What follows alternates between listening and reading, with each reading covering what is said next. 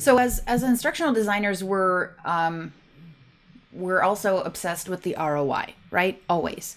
And I think that, do you think it's might be a little unfair for us to be, we're getting information from a second source. We're not getting information from the first source as far as, what does that job look like? We're not on the ground Sure. with people. So when we say, what's our ROI going to look like? We're like 3 times removed from the actual picture. Yeah, So well, let me come at that from two ways. Number yeah. one, it's because we've gotten the wrong people in the room to start with. You're absolutely spot on, Anna. So here's the thing that I'd recommend. Number one, stop asking SMEs only to your task analysis. Invite a BME once in a while. Now, about BME, I mean business matter expert, right? A business matter expert a SME is someone who knows the end goal. Yes. A BME is someone who has to live that, right? And so when I do task analysis now with my design, I always invite a user, a practitioner, a user, someone who I'm going to teach this to. So if it's sales training, I get a sales rep in there.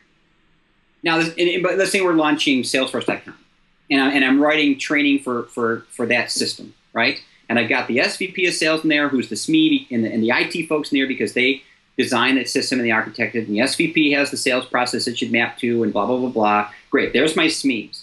I also want a BME in there, meaning I want a sales rep in there because the sales rep is the person that this system is going to be inflicted upon, right? They understand sales in the trenches. And if I don't bridge my training and performance support to the reality of that rep's day, they were back to that, what we said earlier, it's moot. Moot. Yeah. You're burning money, right? So back to your ROI question, I have a much better, because I took a performance workflow, job context view of my design in the analysis stage, I now can grade its effectiveness against how it impacts not my SME, but my BME. Right? Did I enhance the performance they described? Yes. Did I solve the challenges they face every day? Did I help integrate in a meaningful and effective way that system into that workflow so that it is being visibly adopted and impacting sales? Anna, that's ROI. See, for too long we've stopped at moments 1 and 2. Yes, we have. Right? So our ROI is, do they know more than they did when they started? That's all we can do. Boy, I get yelled at for this all the time, but my point is, help me understand how you can ask any more than that, because anything else is supposition. It's to pull someone in 6 months later and go, so how did training help you perform better? Well, yeah, I think it did. Yeah, it was. Yeah. Well, how do you? They had good food.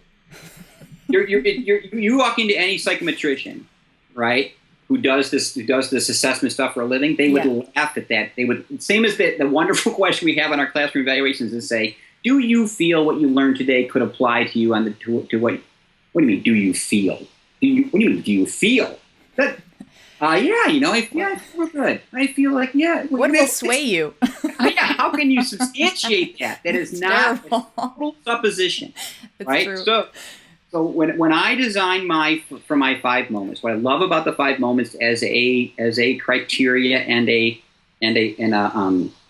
construct for my deliverables, I can measure knowledge gain through my 1 and 2 assets, right? That's a form of ROI, yes. Right?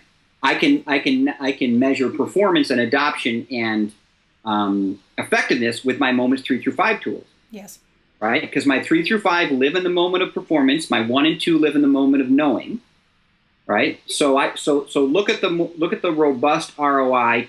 I can map to KPIs, all these wonderful acronyms that business people use, all those things. But if you stop at class, how do you map a class to a KPI? I dare you to tell me how you map a class to a KPI. But I can map an embedded performance support system or tool to the adoption of a process, the time to competency, the time to selling, customer service, I can map it to, because I've seen it mapped to all those things.